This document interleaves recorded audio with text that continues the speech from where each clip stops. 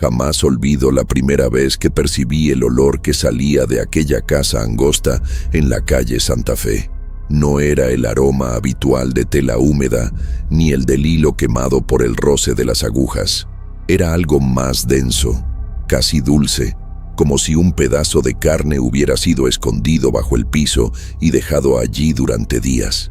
Cada vez que el viento cambiaba, ese aroma avanzaba por la calle como un aviso silencioso, y juro que rozaba mi nuca con dedos fríos. A veces, en las madrugadas más quietas, escuchaba el crujido de la máquina de coser trabajando sola, aunque nadie aseguraba haber visto entrar o salir a alguien de allí. La ventana permanecía siempre cerrada, pero había movimientos sutiles detrás del vidrio opaco, como si algo respirara lentamente.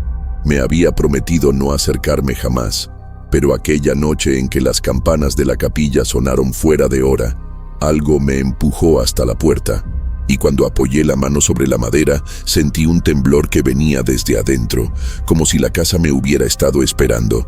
Pero antes de sumergirnos en esta historia, cuéntame en los comentarios desde qué lugar estás viendo. Dale like, comparte y suscríbete para recibir nuevas historias todos los días. Yo pasaba frente a aquella casa estrecha casi todos los días, pero nunca me atrevía a quedarme más de unos segundos mirando. La fachada parecía tragarse la luz, como si cada capa vieja de pintura hubiese absorbido años de silencio y secretos. Las ventanas, selladas desde quién sabe cuándo, dejaban escapar un vapor tenue que se deslizaba hacia la calle como un lamento tibio. Ese olor dulce y pesado que todos comentaban parecía pegarse a la ropa, al cabello, a la memoria. Por las mañanas, cuando el aire aún estaba húmedo y el pueblo despertaba lento, se escuchaba un golpeteo leve, constante, que muchos atribuían al viento, aunque el viento jamás golpea con tanta precisión. Yo veía, desde la acera, una sombra moverse detrás del vidrio opaco, un gesto mínimo, como un suspiro contenido que esperaba ser descubierto. Nadie recordaba haber visto a la costurera abrir la puerta. Era como si la casa misma la devorara cada vez que entraba. Y aún así, había algo que me llamaba, algo que me hacía volver la mirada, aunque jurara no hacerlo nunca más. El interior de la casa siempre fue un misterio para nosotros, pero el exterior ya decía demasiado. La madera de la puerta estaba marcada por pequeñas hendiduras, como si alguien hubiese arañado la superficie mientras imploraba para salir. A veces al acercarme, escuchaba un crujido que no correspondía al movimiento del viento ni al paso de animales. Era más bien un acomodarse de huesos dentro de un cuerpo demasiado rígido. La calle Santa Fe tenía varias casas antiguas, pero ninguna despertaba esa mezcla de curiosidad y repulsión. Recuerdo una tarde en que la luz del sol golpeó de lleno la ventana sellada, revelando algo adherido al vidrio, algo parecido a un hilo, aunque se movió como si estuviera vivo. Me quedé inmóvil, con la sensación de que el aire se espesaba dentro de mis pulmones. Sentí que la casa me observaba, sentí que la casa sabía mi nombre. Había noches en que el silencio se quebraba apenas por un ruido mecánico, repetitivo, como el de una máquina de coser antigua empujando su aguja a través de un tejido demasiado denso. El sonido no provenía de una mano humana. Tenía un ritmo irregular, casi respiratorio.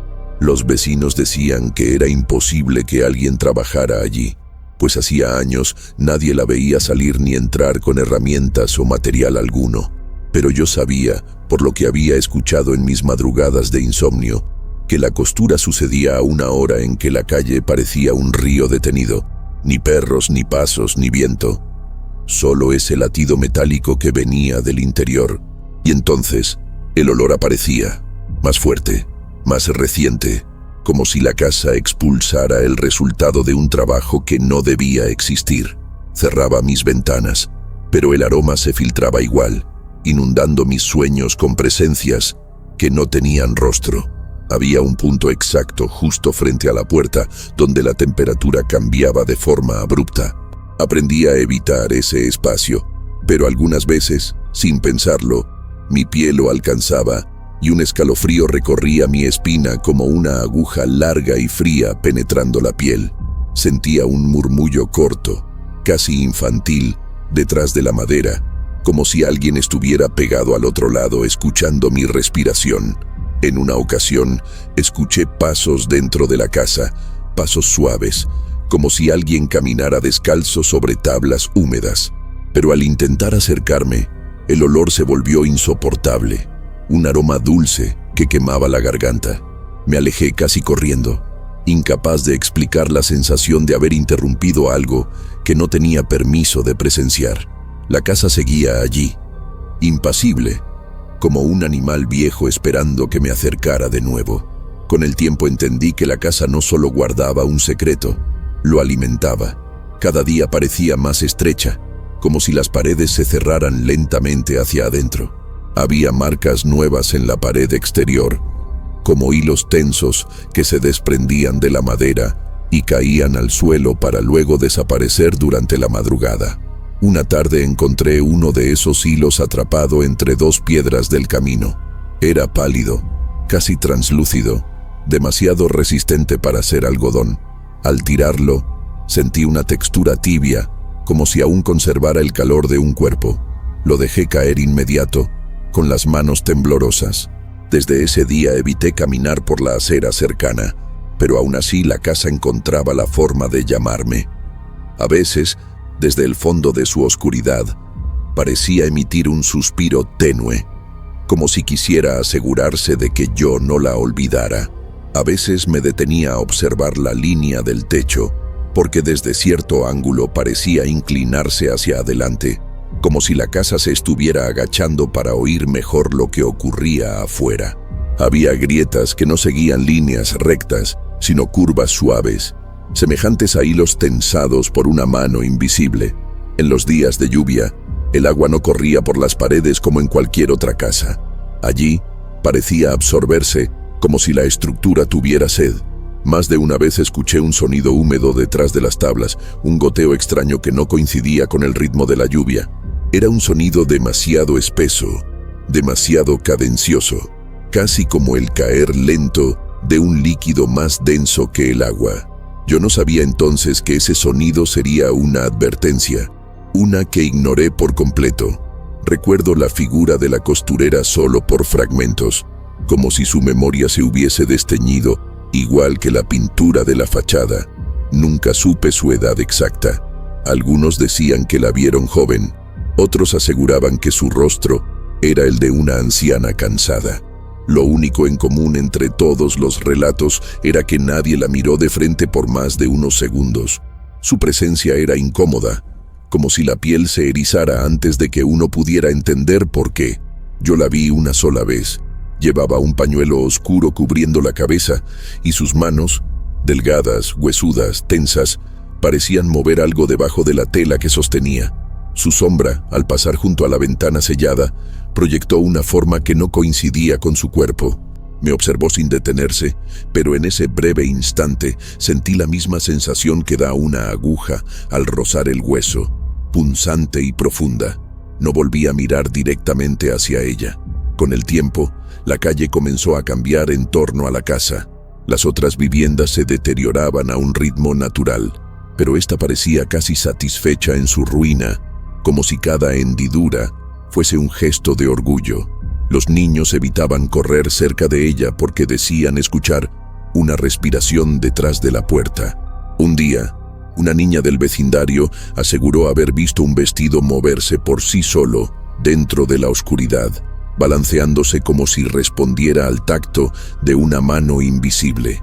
Nadie le creyó, pero algo en su mirada, un temblor que no lograba controlar, me hizo pensar que quizá había visto más de lo que pudo soportar.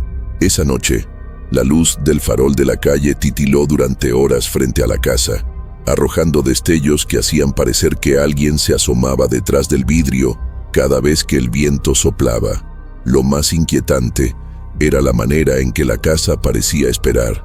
No tenía prisa, no mostraba violencia explícita, más bien permanecía allí, inmóvil, paciente, como un depredador que reconoce el ritmo exacto del miedo de sus presas. Había días en que la calle entera permanecía silenciosa, pero danzaba un leve murmullo en el interior de la casa, un tejido sutil que sonaba como el roce de fibras húmedas. Nunca escuché palabras, pero había intención en esos ruidos, un patrón que sugería que alguien o algo estaba contando historias, o tal vez recitándolas a un público que no entendíamos. Los vecinos más ancianos decían que la casa tenía memoria, que ella guardaba dentro cada puntada realizada durante décadas, y que la costurera no trabajaba sola. Con los años comprendí que la casa nunca fue simplemente un espacio físico, era un organismo, un cuerpo completo, con respiración, con latidos, con una piel que se tensaba en las noches más frías. Había días en que la fachada parecía hincharse ligeramente, como si algo desde adentro empujara para abrirse paso, y sin embargo, nunca cedía. Cada vez que pasaba frente a ella, sentía que se inclinaba hacia mí, como si quisiera olerme, calcularme, medir mi tamaño. Empecé a caminar más rápido, con la cabeza baja, pero mis sentidos ya estaban marcados. Podía reconocer su olor incluso desde la esquina opuesta. Un aroma dulce, sí, pero también cálido, casi humano, y en ese calor había un rastro de vida que no debería estar allí. Algo me decía que la casa no solo guardaba cuerpos, los usaba, los transformaba, los incorporaba a su silencio. Durante años, nadie consiguió entender cómo la costurera lograba producir telas tan finas sin recibir un solo pedido visible de material. En un pueblo donde todo se comenta y todo se observa, era imposible que una mujer trabajara con tanta abundancia sin proveeduría alguna. Pero allí estaba ella, ofreciendo vestidos que parecían hechos con un tejido imposible, suave como la piel recién bañada y al mismo tiempo resistente como una cuerda trenzada. Las mujeres del pueblo se maravillaban al tocarlos, aunque una sensación fría recorría sus muñecas al hacerlo, como si algo bajo la superficie latiera apenas. Muchos pensaban que las telas venían de alguna ciudad distante, traídas por algún comerciante nocturno, pero yo sabía que aquello era una mentira cómoda, una excusa para no enfrentar lo evidente. Nadie jamás vio llegar un solo rollo de tela. Nadie, excepto yo, en una madrugada que aún me quema la memoria.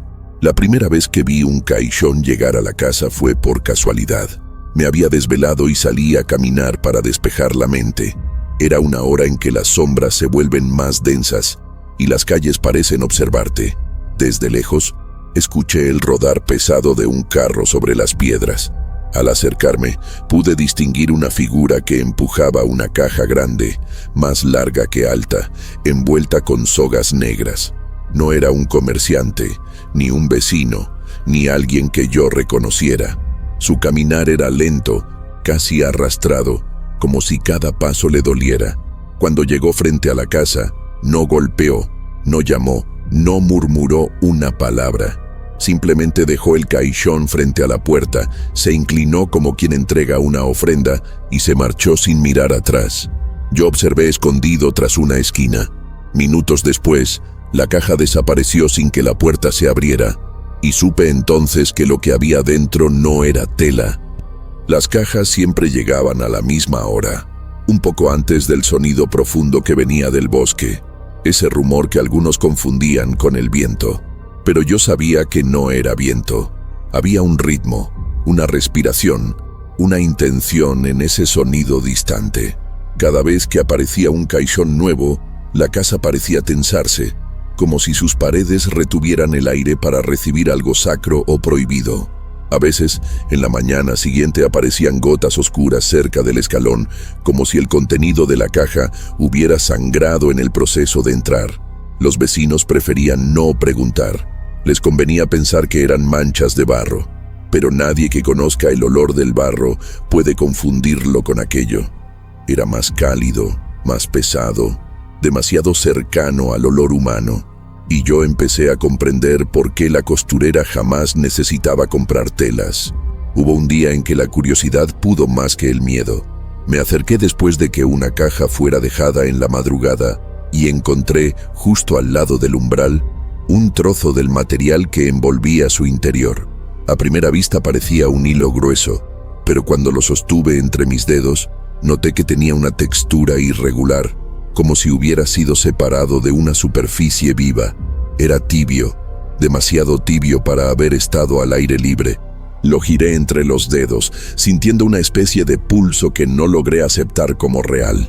Lo solté de inmediato, pero el calor permaneció en mi piel durante horas, como si algo del hilo se hubiera adherido a mí. Fue ese día cuando comprendí que sus vestidos no podían, por ninguna lógica humana, estar hechos de tela. Los rumores crecían, y aún así nadie se atrevía a acusarla. En el pueblo sabíamos reconocer la locura, pero lo que rodeaba a la costurera no era locura, era método. Era una práctica antigua, secreta, casi ritual. Las mujeres que veían sus vestidos decían que sentían un alivio extraño al tocar los tejidos, como si un susurro les prometiera descanso. Pero ese descanso tenía un precio.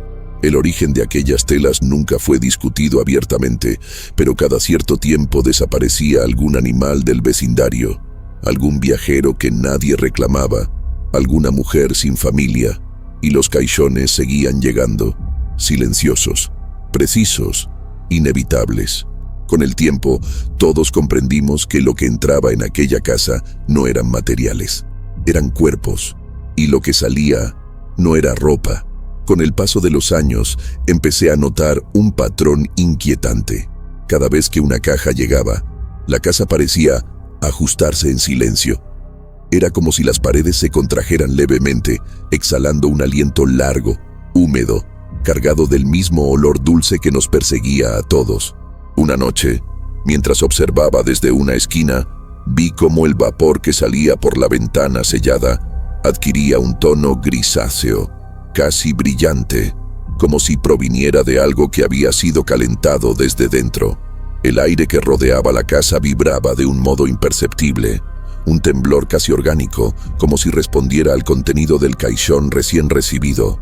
Yo no podía explicar lo que veía, pero el instinto, ese viejo animal silencioso que siempre nos advierte, me gritaba que aquello no tenía nada que ver con telares, ni con costura, ni con artesanía alguna. Era algo mucho más antiguo, mucho más oscuro. Hubo un amanecer en que, al pasar frente a la casa, encontré un rastro casi invisible. Finos hilos estirados sobre el borde del escalón como una telaraña irregular.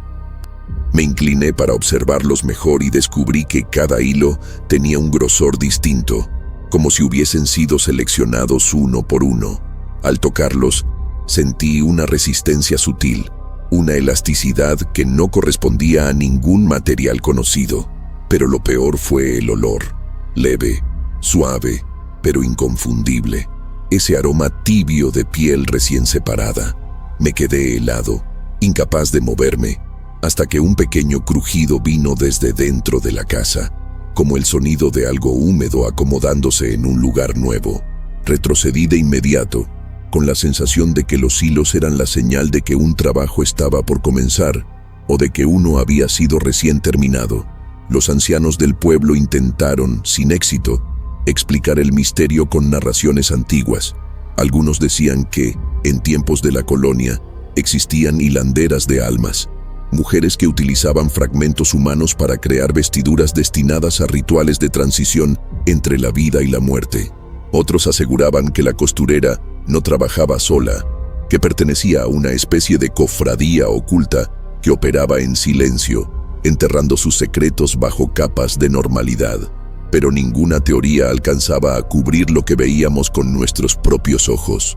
Caixones que llegaban sin remitente, hilos que aparecían y desaparecían, vestidos demasiado cálidos al tacto. La explicación más lógica era también la más insoportable. Las telas venían de lugares donde nadie debía entrar, lugares que no figuraban en mapas, lugares donde la carne dejaba de ser carne y se convertía en herramienta.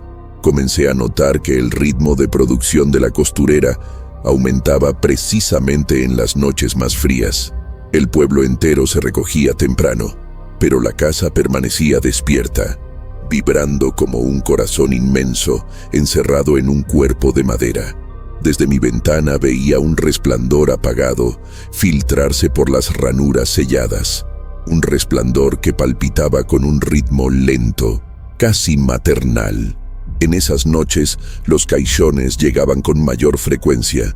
No había pasos, no había voces, solo la aparición repentina de la caja en el umbral, como si el propio suelo la expulsara desde abajo. Al día siguiente, la costurera aparecía brevemente en la puerta para barrer un polvo rojizo que nunca se mezclaba con la tierra. Lo barría con suavidad, como si estuviera limpiando los restos de alguien que había conocido. Con el tiempo, nadie en el pueblo quiso seguir haciéndose preguntas. Era más fácil aceptar los vestidos bellos, la aparente quietud, la rutina que disfrazaba el horror. Pero yo no podía. Cada vez que veía un vestido nuevo colgado en la ventana para secarse, aunque nunca supimos qué clase de humedad debían perder, sentía un impulso amargo en el estómago. Había algo en la forma en que la tela caía, como si el tejido recordara el contorno de un cuerpo que alguna vez estuvo allí. Y en esas noches, cuando me quedaba despierto demasiado tiempo, podía escuchar un sonido casi imperceptible viajando desde la casa. El estiramiento lento de un hilo, el crujido leve de algo tensándose. Y comprendí finalmente la verdad que nadie quería admitir. Las telas no se obtenían, se cosechaban, y aquello que se cosechaba no era de este mundo, pero tampoco estaba muerto del todo. Los primeros cuerpos aparecieron una mañana en que la neblina bajó tan densa que apenas podíamos distinguir nuestras propias manos. El antiguo camino colonial siempre había sido un lugar silencioso, pero ese día el silencio tenía un peso distinto, como si cada árbol escuchara algo que nosotros aún no comprendíamos. Cuando los campesinos encontraron el primer cuerpo, creyeron que se trataba de un viajero atacado por animales salvajes, pero al acercarse, descubrieron que no había marcas de mordidas, ni desgarros, ni signos de lucha. El torso estaba limpio, demasiado limpio, y la piel había sido retirada en líneas largas, precisas, como si una mano meticulosa hubiera extraído cada fragmento con devoción quirúrgica. No había sangre alrededor, no había huellas, solo un olor tibio, dulce, casi idéntico al que salía de la casa de la costurera. Yo llegué cuando aún cargaban el cuerpo, y en ese instante supe que aquello no había terminado. Con el segundo cuerpo, ya nadie pudo fingir que se trataba de accidentes aislados. Lo encontraron sentado junto a una roca, como si hubiera esperado compañía antes de morir. Sus brazos mostraban cortes longitudinales perfectos, paralelos entre sí, como las líneas que deja una herramienta bien afilada. Los dedos estaban rígidos, doblados como si hubieran sostenido algo justo antes del final. Algunos hombres intentaron rezar, pero sus voces temblaban al pronunciar las primeras palabras. Una mujer gritó al ver que parte del cuero cabelludo también había sido extraído, formando una especie de tiras enrolladas que parecían hilos demasiado largos para ser producto de un corte torpe. Yo me acerqué con cautela, el estómago encogido, y al mirar la piel faltante, reconocí la misma textura que encontré una vez frente a la casa de la costurera. Ese día comprendí que los cuerpos no habían sido abandonados allí, habían sido seleccionados. El hallazgo del tercer cadáver estremeció a todo el pueblo. Lo encontraron en la curva del camino, allí donde la tierra siempre huele a humedad y hojas podridas. El cuerpo estaba tendido boca arriba, pero lo que más impresionó no fue la falta de piel en su torso, sino la exactitud matemática con la que había sido retirada. Parecía el trabajo de alguien que conocía profundamente las tensiones del cuerpo humano, alguien capaz de separar fibras sin romperlas. A su alrededor, la tierra estaba removida, pero no por animales, por pisadas ligeras, casi deslizantes, que no correspondían a ningún caminante común. Algunos dijeron que podían distinguir huellas pequeñas, como de pies descalzos. Otros insistieron que no eran huellas, sino marcas de algo que había sido arrastrado. Yo observé el conjunto y, aunque intenté negarlo, no pude ignorar la sensación de que los cuerpos estaban siendo ofrecidos al camino, o recogidos por él, Con el cuarto cuerpo apareció un elemento nuevo, las marcas en el tronco del árbol cercano. Un patrón repetido, casi decorativo, formado por cortes finos y curvos que se cruzaban entre sí como filamentos tensos. Nadie supo explicarlo. Los más viejos dijeron que se parecía a un alfabeto antiguo, uno usado por hilanderos del siglo XVIII para clasificar materiales orgánicos. Los más jóvenes preferían no escuchar. Lo perturbador era que las marcas coincidían en tamaño y forma con los cortes realizados en la piel del cadáver. Era como si alguien hubiera tomado medidas, como si aquel árbol hubiese servido de mesa de trabajo. El cuerpo, colocado cuidadosamente a un lado, parecía exhibido más que abandonado. En su mano había un fragmento diminuto, enrollado en sí mismo, como si hubiera intentado conservar algo antes de morir. Nadie quiso tocarlo. Yo sí. Era un hilo cálido, demasiado cálido. El quinto cuerpo fue el que confirmó lo impensable. Los hilos no eran un efecto colateral, eran el objetivo. Lo encontraron envuelto parcialmente en tiras largas, todavía húmedas, como si alguien hubiera intentado formar un rollo completo antes de ser interrumpido. El olor era insoportablemente dulce, casi nauseabundo, con un matiz innegablemente humano. El pecho del cadáver mostraba cortes limpios y profundos, de donde parecía haberse extraído una gran cantidad de piel en una sola pieza. En la espalda, alguien había trazado líneas con un objeto afilado, líneas que seguían la dirección de los músculos, como si estuvieran midiendo la resistencia del cuerpo antes de separarlo. Lo más extraño fue la expresión del rostro. No mostraba terror, sino una especie de resignación, como si hubiera entendido demasiado tarde el propósito de su destino. Yo me arrodillé junto a él, y al mirar de cerca descubrí algo que aún hoy me persigue. La piel faltante coincidía exactamente con el grosor de los hilos que la costurera usaba en sus telas más finas. Lo que encontrábamos en el camino colonial había terminado en sus manos. La aparición del sexto cuerpo coincidió con un cambio extraño en el clima del pueblo. El aire se volvió más pesado, como si las nubes descendieran unos centímetros cada noche. Lo hallaron recostado contra una piedra grande, con la espalda arqueada de un modo que no parecía resultado de violencia, sino de un acomodo ritual. Los cortes en la piel estaban hechos con una precisión aterradora. Líneas rectas que bajaban desde los hombros hasta el abdomen, como si alguien hubiera delineado un mapa secreto. En los bordes del torso, la piel faltante mostraba una textura suave, húmeda, que aún parecía conservar vida. Lo que más me perturbó fue el olor, idéntico al que sentí la noche en que vi desaparecer un caixón en la casa de la costurera. Un olor dulce que se queda atrapado en la garganta, como si quisiera formar palabra. Al observarlo más de cerca, noté que sobre el pecho había un patrón formado por cortes pequeños, casi decorativos. Eran marcas de selección. La piel había sido escogida, no arrancada al azar. El séptimo cadáver apareció más lejos, en una zona donde los árboles se inclinaban como si quisieran cubrir el suelo. El cuerpo estaba semienterrado, pero no por acción de la tierra. Alguien lo había colocado allí, como si quisiera ocultarlo a medias. Los cortes eran distintos esta vez. No eran líneas largas, sino tiras estrechas, cuidadosamente separadas, que seguían la dirección natural de los músculos. Era un trabajo de alguien que entendía la anatomía humana con una devoción inquietante. Cuando los hombres del pueblo lo desenterraron, encontraron en su mano un fragmento de hilo, más grueso que los anteriores, como si hubiera sido torcido varias veces.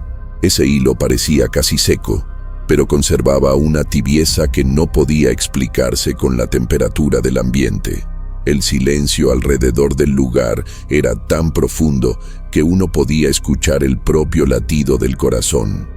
Fue allí donde entendí que no estábamos frente a un asesino común, estábamos frente a un artesano. El octavo cuerpo fue el más intacto de todos. Lo encontraron sin sangre alrededor, sin indicios de lucha, sin marcas de arrastre. Parecía dormido, excepto por un detalle imposible de ignorar. La piel de los brazos había sido retirada en piezas completas, como si alguien hubiera extraído mangas invisibles. Las manos estaban plegadas sobre el pecho, sosteniendo un pequeño objeto que nadie quiso tocar al principio. Cuando finalmente lo hice, contra toda advertencia, descubrí que era una herramienta diminuta, una especie de aguja improvisada, hecha con un fragmento de hueso humano pulido.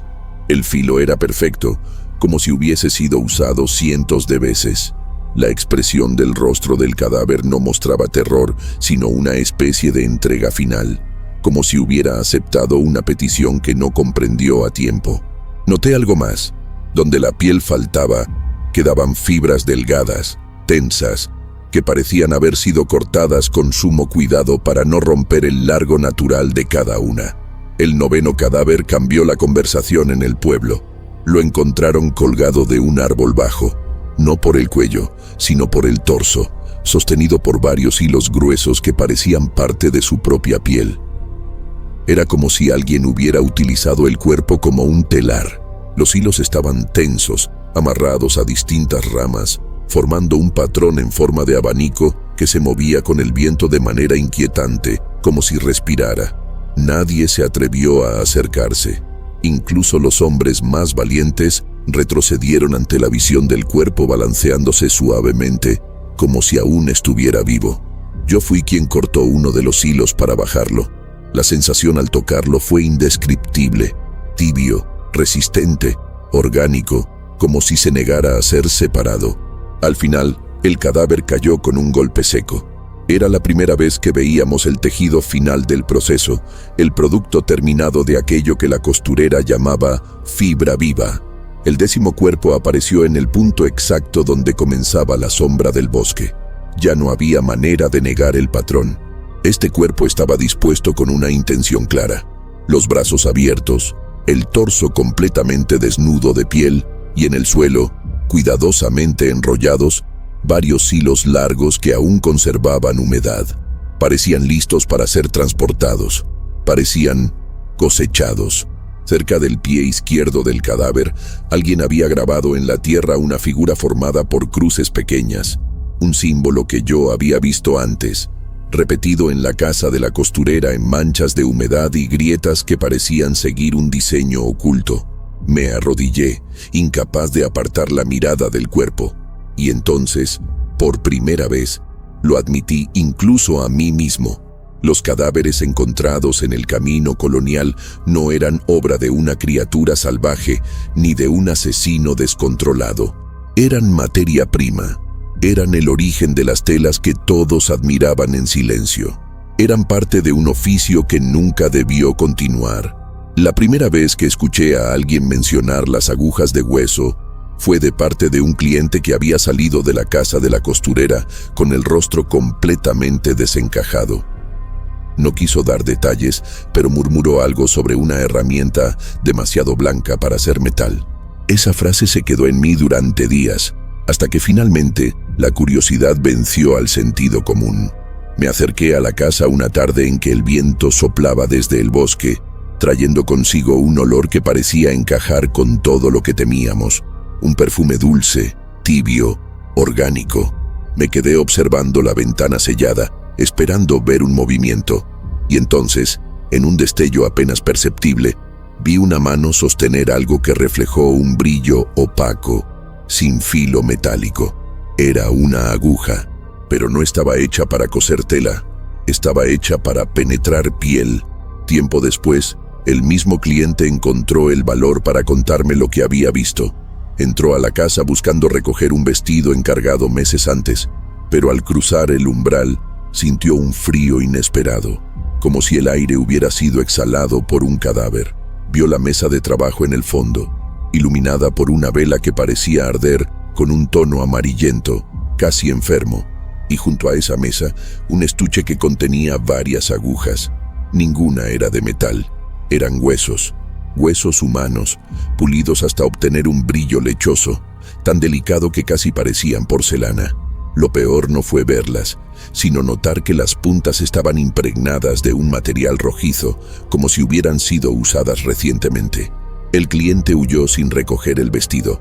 y desde ese día siempre evitó pasar por la calle Santa Fe. Una noche, movido por un impulso que aún no logro explicar, regresé a la casa. Me quedé quieto, observando la puerta, cuando escuché un sonido que nunca había oído antes. Un raspar suave, rítmico, como si alguien lijara una superficie delgada. Me acerqué unos pasos, conteniendo la respiración. El sonido se repetía, lento al principio, luego más rápido, casi ansioso. Era el pulido de un hueso. Podía imaginar la mano de la costurera, delgada y precisa, removiendo imperfecciones, puliendo curvas, afinando la punta hasta convertirla en una aguja capaz de atravesar piel sin resistencia. Ese sonido se me incrustó en los oídos como una larva viva. Desde entonces, cada vez que escucho algo similar, incluso el roce de dos ramas secas, mi cuerpo se tensa de un modo involuntario. Es el eco de su oficio. El misterio de las agujas se volvió aún más profundo cuando descubrí que no todas eran iguales. Algunas eran largas, delgadas, flexibles, hechas, según algunos, de costillas humanas. Otras eran pequeñas, casi delicadas, y parecían haber sido talladas a partir de falanges. Había una más gruesa, con un arco sutil que sugería su origen, quizá parte del fémur. Pero lo que más me estremeció fue notar que algunas tenían surcos milimétricos en la base, como si hubieran sido diseñadas para sostener hilos sin resbalar. Esos surcos no eran naturales. Habían sido tallados con un nivel de cuidado tan íntimo, tan enfermizo, que era imposible no imaginar la escena.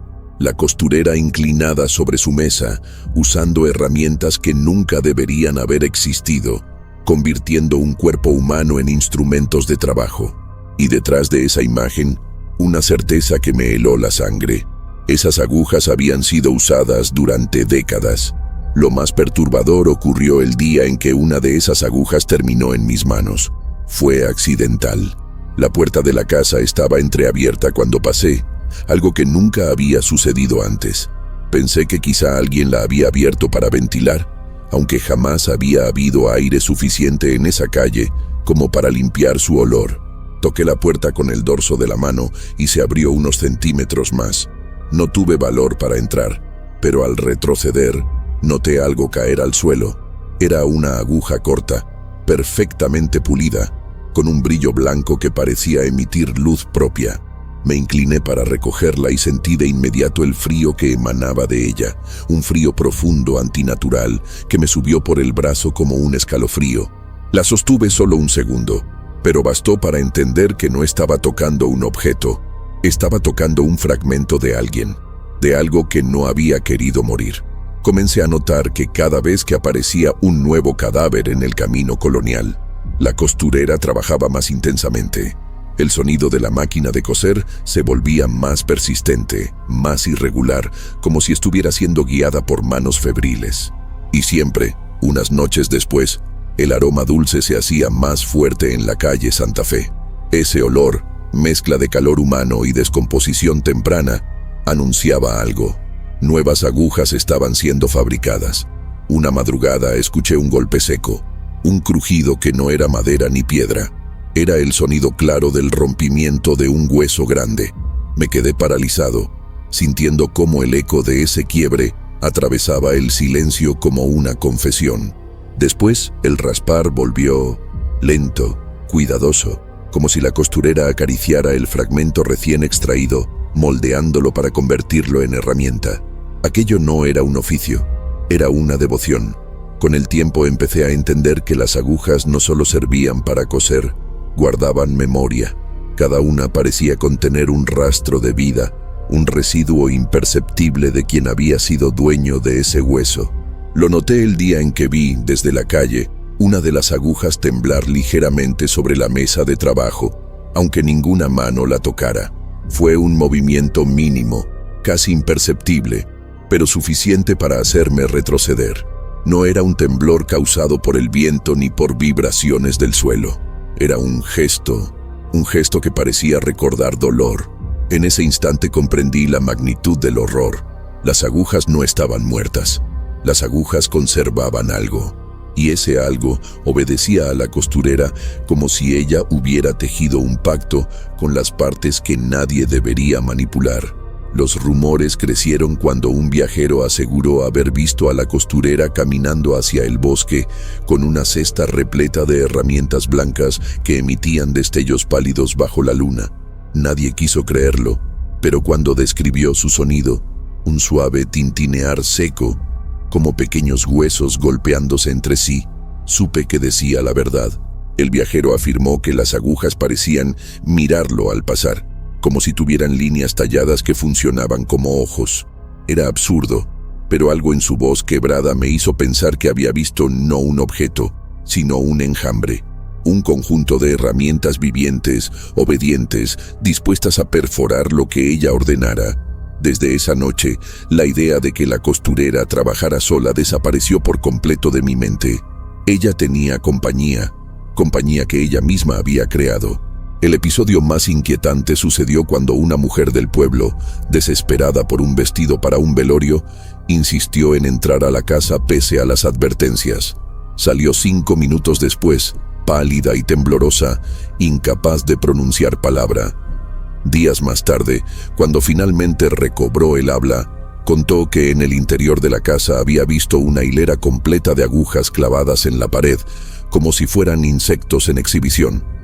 Algunas eran pequeñas, otras del tamaño de su antebrazo. Pero lo peor fue que juró que una de ellas giró su punta hacia ella, como si respondiera a su presencia. Lo dijo llorando, temblando, convencida de que si se hubiera quedado un segundo más, alguna de esas agujas habría dejado la pared para acercarse a su piel. Nadie se atrevió a negar su relato. Todos sabíamos que podría ser verdad.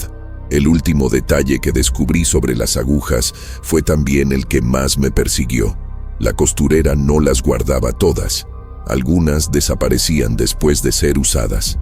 Varias veces, al caminar por la calle, encontré pequeñas marcas en el suelo, diminutos agujeros circulares que parecían hechos por algo afilado que se había movido sin control humano. En una ocasión, escuché un golpecito cerca de mis pies, como si una aguja hubiera caído de algún lugar y rodado unos centímetros antes de detenerse. Pero no encontré nada, solo el eco del sonido, rebotando en mi mente como una advertencia final. Empecé a comprender que las agujas no eran meras herramientas, eran extensiones de ella, y quizá, cuando no estaba cosiendo, seguían trabajando por su cuenta, explorando, escogiendo, buscando la piel que algún día les pertenecería. Desde entonces, cada ruido agudo en la noche me hace pensar que una de ellas ha encontrado mi puerta. La primera vez que escuché que los vestidos respiraban, pensé que se trataba de un rumor exagerado, una historia nacida del miedo colectivo que la costurera había sembrado sin siquiera hablar. Pero cuando finalmente vi uno con mis propios ojos, comprendí que no había exageración posible que alcanzara a describir aquello. El vestido estaba colgado frente a la ventana sellada, suspendido por un gancho de hierro oxidado. No había viento, no había movimiento alguno en la calle, y sin embargo la tela subía y bajaba, muy lentamente, como si algo en su interior expandiera un volumen invisible. Me quedé inmóvil, tratando de encontrar una lógica, una explicación física, pero la respiración era demasiado humana, un ascenso suave, un descenso cansado, un ritmo que reconocí de inmediato, porque era el mismo que escuché en mi madre cuando agonizaba. Ese vestido tenía un aliento. Comencé a visitarlo en distintos momentos del día, movido por una mezcla de miedo y fascinación. Había noches en que el vestido parecía reposar, completamente estático, como si el hilo que lo formaba recordara la quietud del cuerpo del que alguna vez fue parte. Pero al amanecer, cuando la luz filtraba entre las tejas del tejado y tocaba la tela, volvía a moverse. Era un movimiento mínimo, apenas perceptible, pero tan orgánico que resultaba imposible ignorarlo. Algunos vecinos afirmaban haber visto sombras moverse detrás del vestido, como si una silueta se acomodara dentro de él por un instante. Otros decían que escuchaban un suspiro, un sonido leve que provenía del propio tejido. Yo intentaba no creer en esas voces, pero cada día que pasaba me resultaba más difícil negar lo evidente. Los vestidos no estaban vacíos. Había uno en particular que me inquietaba más que todos. Era un vestido largo, de un color gris pálido que parecía manchado de humedad. La tela tenía pliegues que caían como músculos, como fibras tensas que conservaran memoria del cuerpo original. Cada vez que pasaba frente a él, sentía un tirón en el pecho, como si una parte de mí reconociera algo que mi mente rechazaba. Una tarde, mientras lo observaba desde la sombra, el vestido se inclinó apenas hacia adelante, como si hubiera percibido mi presencia. No fue un movimiento provocado por el viento. El aire estaba completamente inmóvil, sino un gesto deliberado, lento, calculado. Se me heló la sangre. Tuve la sensación de que, si me quedaba un segundo más, el vestido completaría la inclinación y avanzaría hacia mí. Retrocedí con tanta fuerza que choqué contra la pared opuesta de la calle. Los rumores crecieron cuando una niña aseguró haber visto uno de los vestidos encogerse durante la noche. Dijo que lo observó desde la ventana de su cuarto y que la tela parecía contraerse como lo hace la piel cuando el cuerpo dentro de ella da su último suspiro. Nadie quiso creerle, pero al día siguiente, cuando la costurera colgó el mismo vestido, todos notamos que era más pequeño. Había perdido unos centímetros, quizá más. Algunos dijeron que era la humedad, que la tela se había encogido por razones naturales. Pero yo vi los bordes del vestido. Estaban tensos, retraídos, como si hubieran sido mordidos por una fuerza interna. Y aunque nadie lo admitió, todos compartíamos la misma sensación. El vestido se había alimentado de algo durante la noche. Lo más perturbador ocurrió cuando, en una madrugada silenciosa, escuché un sonido proveniente de la casa de la costurera. Era un susurro rítmico, un murmullo tenue, como si alguien respirara demasiado cerca de la madera. Me acerqué con pasos lentos, cuidando de no hacer ruido, y entonces lo vi. No uno, sino varios vestidos colgados en fila, todos moviéndose al mismo ritmo. No era un viento que soplaba de manera uniforme, era un movimiento coordinado, casi coreográfico. Subían y bajaban al unísono, como si compartieran un solo pulmón. Me quedé paralizado, incapaz de apartar la mirada. Era como observar a un grupo de cuerpos durmientes exhalando la memoria del dolor que alguna vez habitaron. Y en ese instante entendí algo terrible. Los vestidos no estaban respirando, estaban recordando.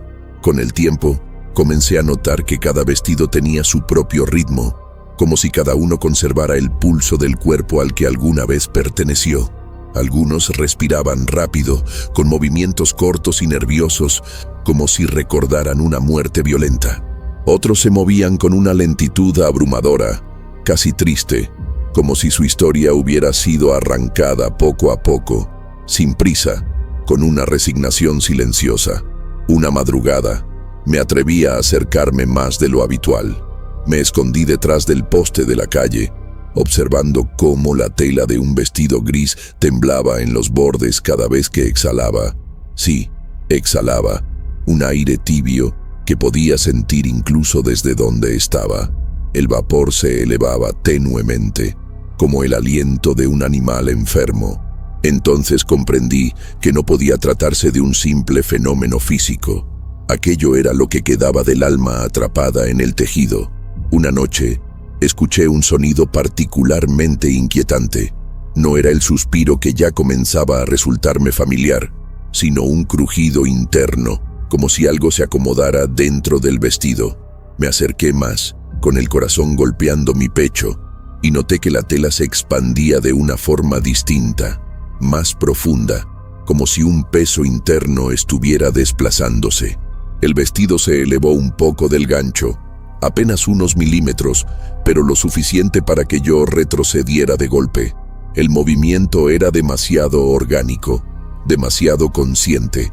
En ese instante, tuve la sensación de que, si estiraba la mano para tocarlo, la tela me envolvería, me apretaría contra sí misma y me robaría el aire que necesitaba para vivir. Me alejé temblando, pero también con la claridad absoluta de que aquellos vestidos no eran objetos, Eran contenedores. Una mujer del pueblo afirmó un día que había oído llantos dentro de uno de los vestidos. Dijo que pasó frente a la casa durante la tarde, cuando la luz golpeaba directo contra la ventana sellada, y escuchó un sollozo mínimo, casi infantil. Nadie le creyó al principio, pero al describir el sonido con tanta precisión, un jadeo quebrado, seguido de un temblor apenas audible, mi piel se erizó.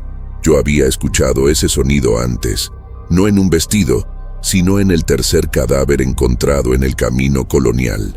La mujer aseguró que al escuchar el llanto, sintió la necesidad de acercarse, como si el vestido pidiera ayuda, pero cuando dio un paso adelante, la tela se agitó con tal violencia que huyó despavorida.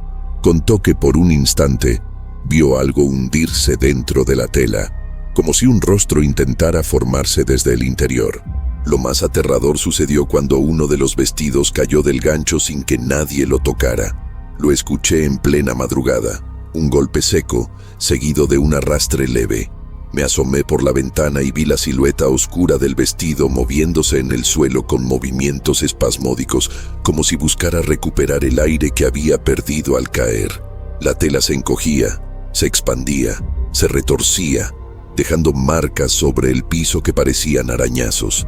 Me quedé paralizado, incapaz de apartar la mirada, hasta que el vestido se detuvo de repente, inmóvil.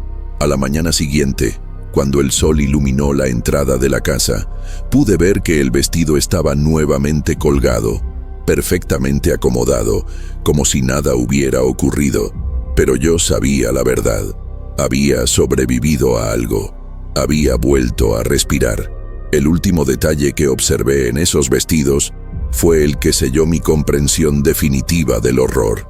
Una tarde, mientras la casa parecía dormida, noté que uno de los vestidos tenía movimientos internos sutiles, ondulaciones que no coincidían con ningún patrón respiratorio.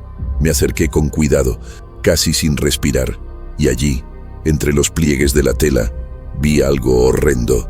Un hilo que se tensaba desde el interior del vestido hacia la costura principal, como si estuviera siendo jalado desde dentro. Ese hilo no se movía por inercia, se movía con voluntad, con intención. Era un resto vivo, una fibra humana que aún respondía al llamado de la costurera. En ese momento, comprendí que los vestidos no recordaban a quienes habían sido, seguían obedeciéndola, y quizás en sus respiraciones irregulares, intentaban advertirnos del destino que nos esperaba si alguna vez nos acercábamos demasiado a la puerta que nunca debía abrirse. Nunca supe que la casa tenía una sala oculta hasta el día en que una corriente de aire reveló una grieta en la pared del fondo. Había pasado años observando aquella fachada, sin imaginar que detrás de la madera vieja y el yeso quebrado se escondía un espacio más profundo, como un pulmón secreto de la casa. Me acerqué con cautela, guiado por un olor más intenso que de costumbre, un aroma tibio, húmedo, casi metálico, mezclado con un dulzor que hacía arder la garganta. La grieta era estrecha, pero dejaba escapar un hilo de luz rojiza, pulsante, como si dentro hubiera una llama viva respirando. Pegué el oído contra la pared y escuché un sonido lento, repetitivo, parecido al de fibras siendo estiradas. Allí entendí que los hilos que todos temíamos no eran producidos en la mesa de costura principal. Había un cuarto dedicado exclusivamente a ellos, un cuarto que no existía en ningún registro de la casa. La oportunidad de ver ese lugar llegó por accidente. Una tarde, mientras la costurera dejaba abierta la puerta trasera por unos segundos, escuché un golpe seco proveniente del interior.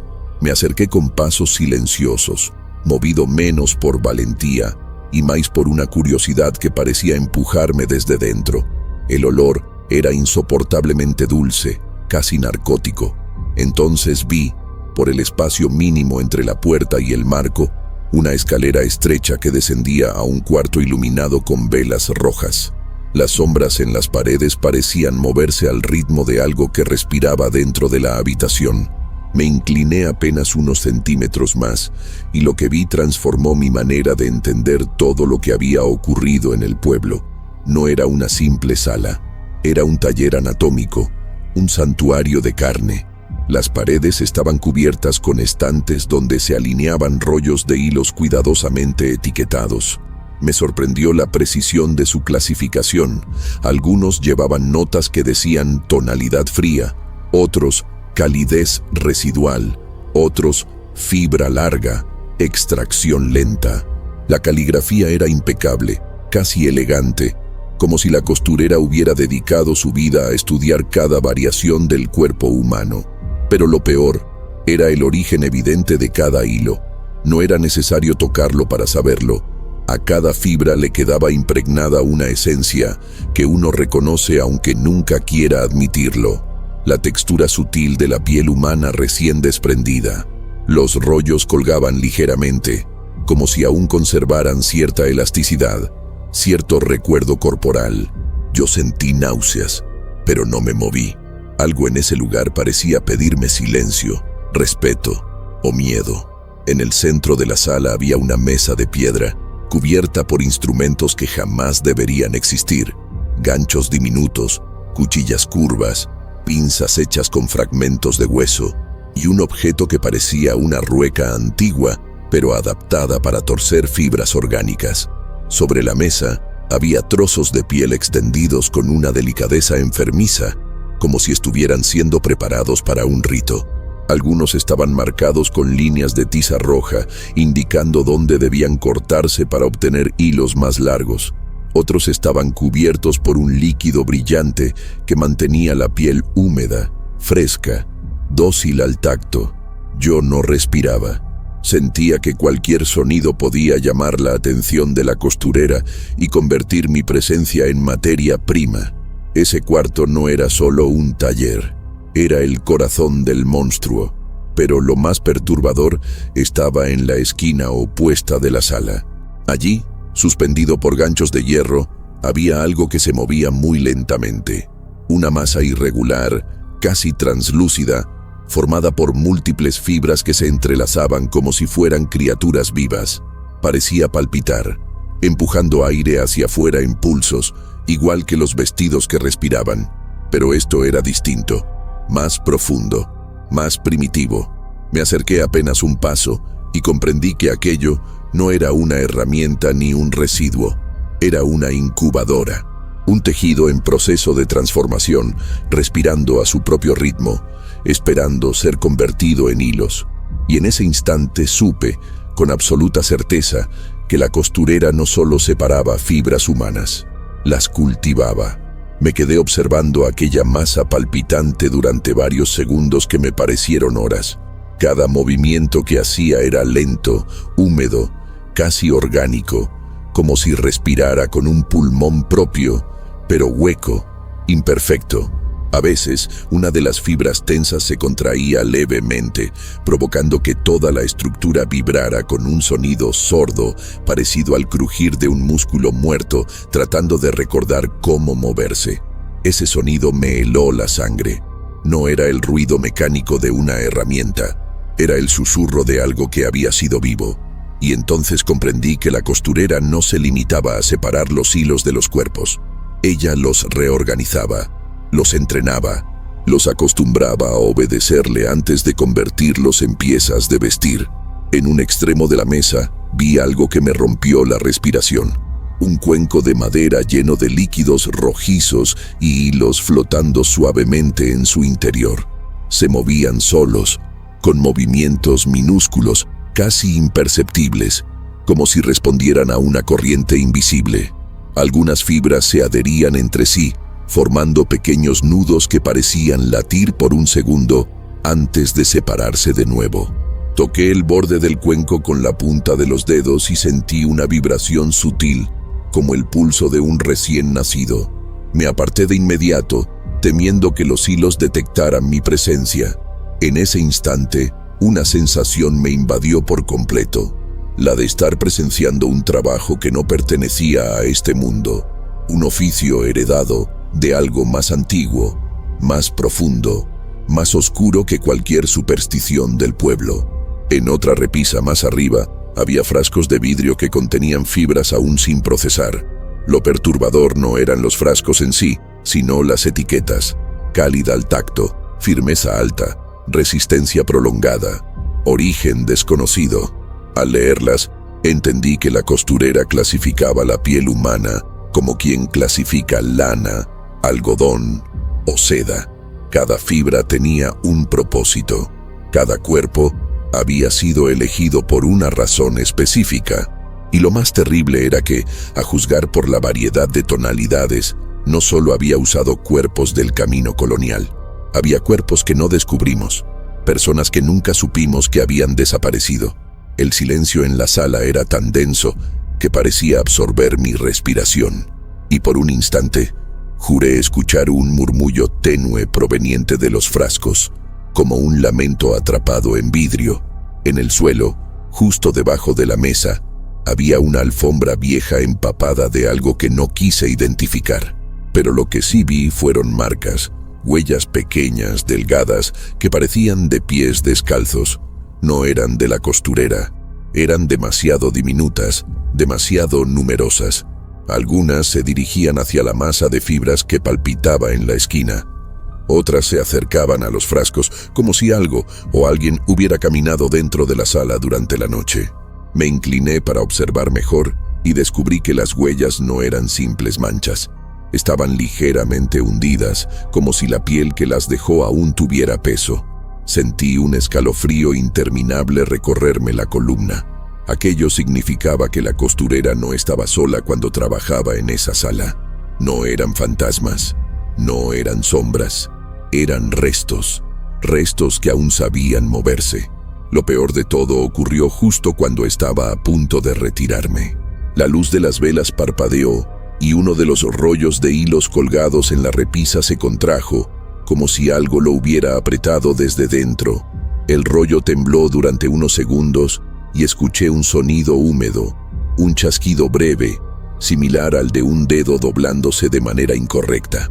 Luego, lentamente, una punta del hilo comenzó a sobresalir del rollo, estirándose hacia el suelo como una lengua buscando algo. Sentí el instinto primitivo de huir, pero mis piernas no respondieron. El hilo se movió unos centímetros más, palpando el aire como un insecto que busca calor. En ese instante comprendí que no era solo una fibra, era un resto vivo que reconocía el entorno.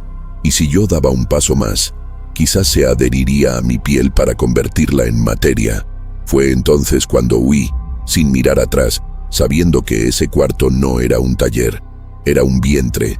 El primer caso del que escuché fue el de una joven llamada Mariela. Había encargado un vestido gris para un baile en la vieja parroquia, un evento que reunía a gran parte del pueblo cada otoño. Todos recuerdan que salió de la casa de la costurera con el vestido cuidadosamente envuelto, sin mirarlo directamente, como si temiera despertar algo en su interior. Esa misma noche, cuando entró al baile, muchos comentaron que la tela parecía pegarse a su piel, como si respirara con ella. Algunos incluso aseguraron que el vestido se ajustaba con cada movimiento, encogiéndose cuando Mariela se quedaba quieta, expandiéndose cuando intentaba alejarse de la multitud. A medianoche, desapareció. Nadie la vio salir, nadie escuchó un grito, y lo más perturbador, el vestido tampoco fue encontrado. Era como si ambos hubieran sido absorbidos por el aire mismo, o por algo que los reclamó.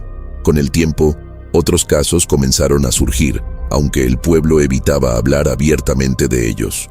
Una mujer mayor, conocida por su devoción religiosa, compró un vestido negro para un velorio. Aseguró que la tela le transmitía una calma extraña, como si la envolviera con un abrazo tibio que no sentía desde la muerte de su marido. Esa misma tarde fue vista caminando hacia el bosque, con pasos lentos y la cabeza inclinada hacia un lado, como si escuchara una voz diminuta en su oído. Un niño la observó desde lejos y dijo que el vestido parecía tirar de ella, guiándola en la dirección contraria al camino habitual. Jamás regresó. Solo encontraron días después un retazo de tela enredado entre ramas, aún fresco, conservando un olor humano. Nadie quiso confirmar si pertenecía a ella, pero todos sabíamos que sí. Lo inquietante era que los vestidos parecían elegir a sus víctimas. No todas las mujeres que compraban uno desaparecían, solo aquellas que, de algún modo, parecían frágiles, solitarias, necesitadas de algo que la costurera sabía reconocer. Yo lo noté cuando observé a una joven viuda probándose un vestido en la casa. La tela se amoldaba a su cuerpo como si tuviera memoria de él, como si hubiera sido hecho no para ella, sino de ella. Cuando la mujer salió a la calle, la vi detenerse un instante, con la mirada perdida, como si oyera un susurro detrás de sí. No había nadie. Sin embargo, sus labios temblaron como si respondiera a alguien. A la mañana siguiente, su casa amaneció con la puerta abierta y la cama intacta. El vestido no estaba allí, y ella tampoco. Una teoría comenzó a circular entre los más ancianos del pueblo. Los vestidos no solo estaban hechos de fibras humanas, sino que también retenían fragmentos de voluntad, impulsos, emociones. Según ellos, cada hilo conservaba un rastro de la vida a la que había pertenecido. Y cuando se unían en una prenda completa, esa voluntad fragmentada buscaba un cuerpo para completarse. No un cuerpo cualquiera, sino uno vulnerable, uno que sintiera un vacío que pudiera ser llenado. Era por eso que las víctimas parecían elegidas. El vestido no era un adorno, era un huésped dormido en busca de un anfitrión, un ser incompleto que necesitaba calor, movimiento, latido, y que no había olvidado cómo reclamarlo. Lo peor fue lo que descubrí con mis propios ojos. Una noche, mientras el pueblo dormía, vi a una mujer caminando lentamente por la calle Santa Fe. El vestido que llevaba era de un tono beige apagado, y la tela parecía moverse antes que ella, como si guiara sus pasos. Me escondí detrás de un muro para observarla mejor. La mujer caminaba sin expresión, pero su cuerpo mostraba una tensión extraña, como si intentara resistirse. Sus brazos temblaban y sus manos parecían querer aferrarse a algo, pero no lo lograban. Fue entonces cuando vi la verdad. El vestido estaba demasiado ajustado, tan adherido que parecía su segunda piel. En sus pliegues pude ver un leve movimiento interno, como si los hilos se contrajeran bajo la superficie, presionando su carne desde dentro. Me quedé helado. Comprendí que la mujer no estaba siendo guiada, estaba siendo consumida. Lo más perturbador comenzó a suceder cuando algunas mujeres que habían desaparecido empezaron a ser vistas, o mejor dicho, presentidas. Alguien dijo haber visto una figura femenina parada frente a la casa de la costurera en plena madrugada, inmóvil, con la cabeza inclinada hacia la puerta, como si esperara ser llamada. La figura no respiraba, no se movía, pero el vestido que llevaba puesto sí, subía y bajaba, como si el cuerpo dentro estuviera vivo y muerto a la vez. Un anciano que pasó por el lugar aseguró que, al acercarse unos metros, la figura se desvaneció, dejando atrás solo un rastro de humedad en el suelo, como si hubiese sido absorbida por la tierra.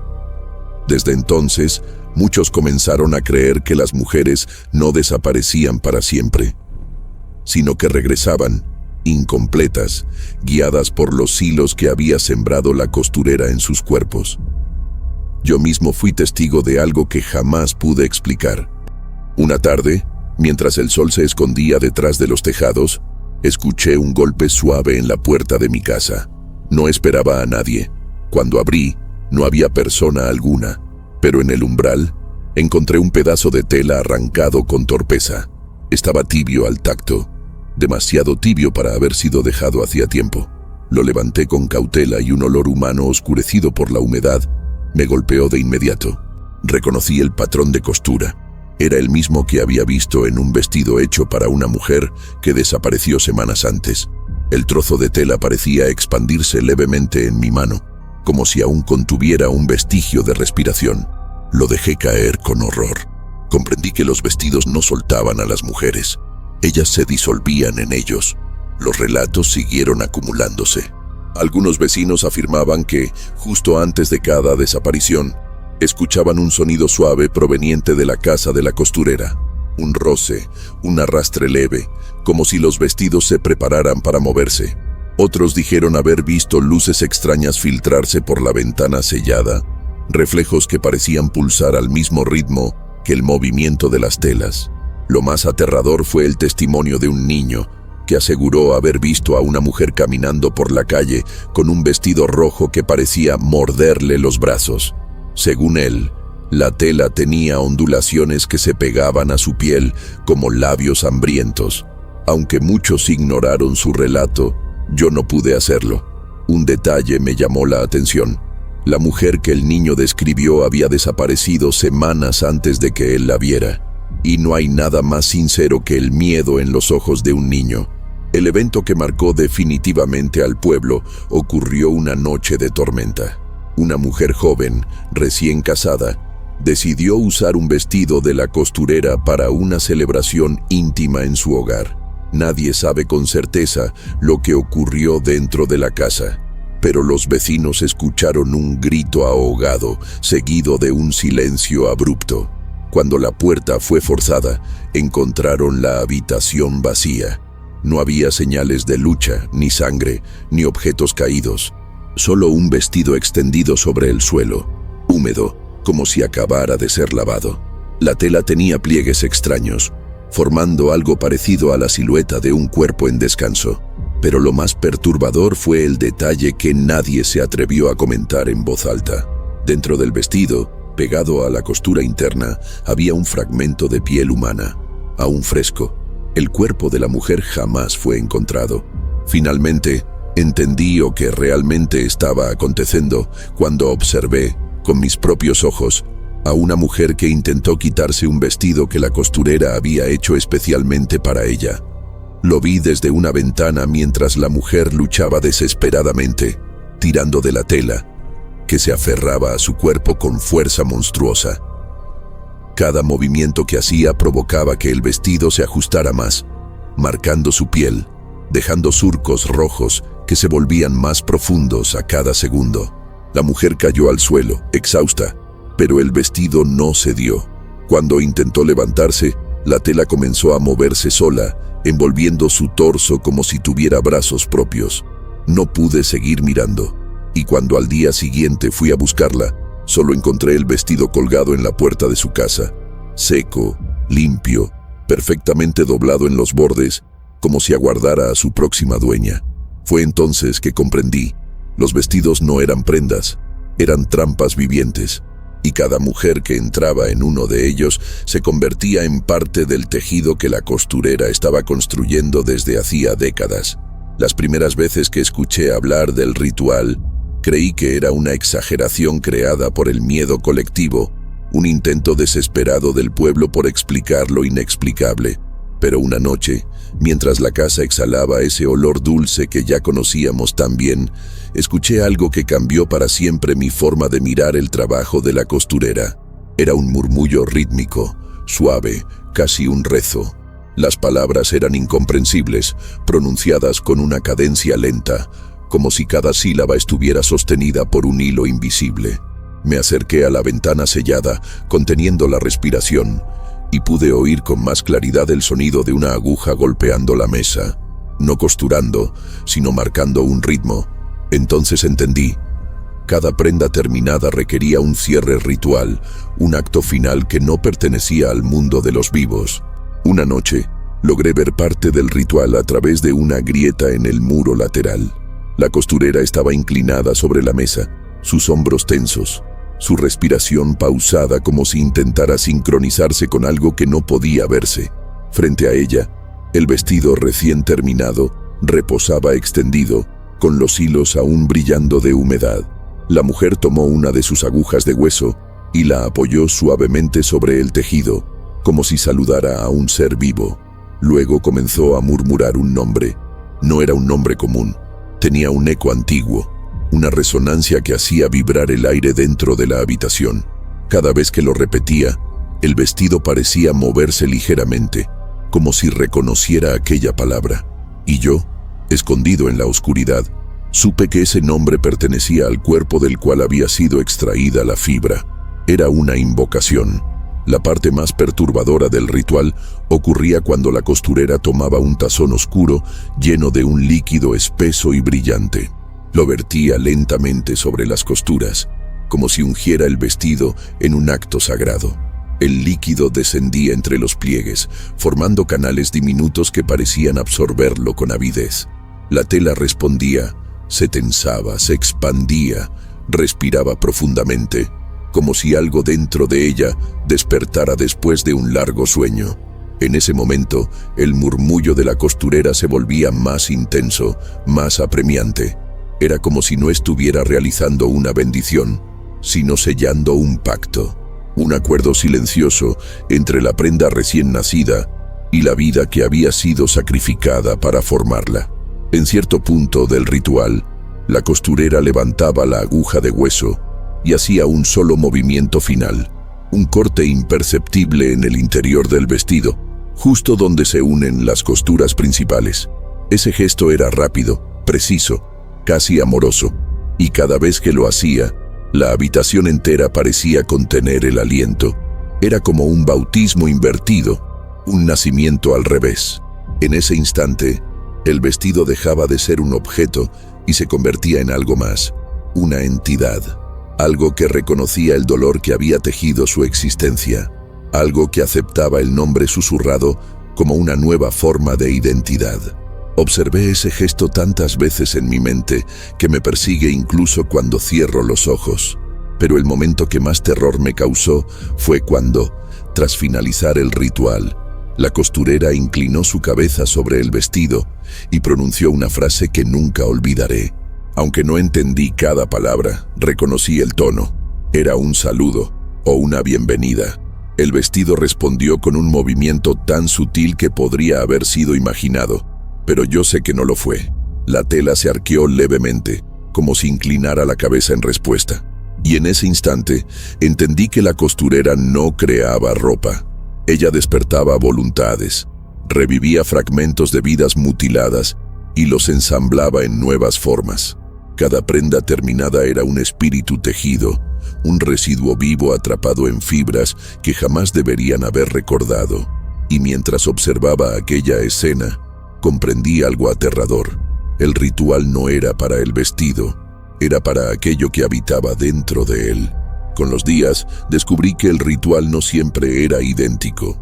A veces, dependiendo del tipo de fibras utilizadas, la costurera añadía un paso adicional que consistía en colocar el vestido frente a una vela extremadamente larga, cuya llama nunca parpadeaba, aunque la habitación estuviera llena de corrientes de aire.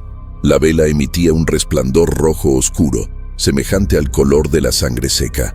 La costurera pasaba el vestido lentamente frente a esa luz, como si quisiera exponerlo a un fuego simbólico. Y mientras lo hacía, recitaba una secuencia de sonidos que no pertenecían a ningún idioma conocido. Eran tonos guturales, vibrantes, que parecían nacer desde el fondo de la garganta, de un lugar más animal que humano. Cuando el tejido absorbía esa luz, se contraía ligeramente, como si reconociera una energía familiar. Era evidente que aquella llama no era decorativa, era parte del proceso de despertar. En una ocasión, escuché un llanto leve mientras la costurera completaba uno de esos rituales. El sonido era tan tenue que pensé al principio que provenía del exterior, quizá de un niño perdido en la noche. Pero conforme me acerqué al muro, entendí que el llanto venía de dentro del vestido. Era un sollozo casi imperceptible, como si una voz diminuta estuviera siendo aprisionada dentro de la tela. La costurera no reaccionó. Continuó murmurando su letanía, como si el llanto fuera un paso normal del proceso.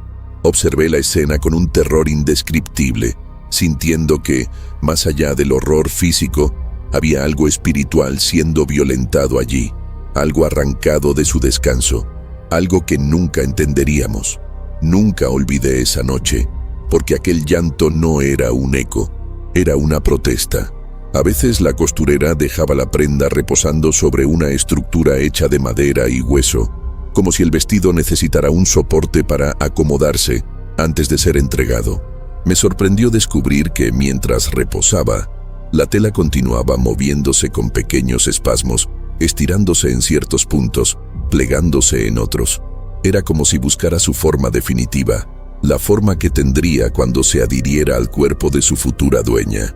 Algunos hilos parecían deslizarse lentamente hacia el interior de las costuras, como si regresaran a un lugar que reconocían. Ese movimiento silencioso, autónomo, convertía al vestido en un organismo que se preparaba para cumplir un propósito que ya conocíamos demasiado bien. Cuando al fin la costurera consideraba que estaba listo, colocaba su mano sobre la tela con una ternura que me helaba la sangre. Era el gesto de una madre orgullosa o de un carnicero satisfecho. El paso final del ritual era el más inquietante. La costurera apagaba todas las velas excepto una y se colocaba frente al vestido, inmóvil, como si lo estudiara o intentara comunicarse con él. Después, levantaba su mano derecha y trazaba un símbolo invisible en el aire, un gesto que repetía con exactitud matemática cada vez que finalizaba una prenda. Ese símbolo parecía activar algo dentro del vestido, porque inmediatamente después, la tela se tensaba y luego caía suavemente, como si aceptara una orden silenciosa. Era el instante en que la prenda adquiría intención, un propósito. A veces, la costurera murmuraba una fecha, un nombre o una dirección.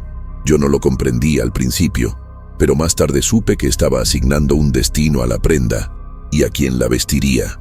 La primera vez que comprendí plenamente el significado del ritual fue cuando vi a la costurera terminar un vestido que había sido encargado por una mujer joven que buscaba lucir elegante para una celebración.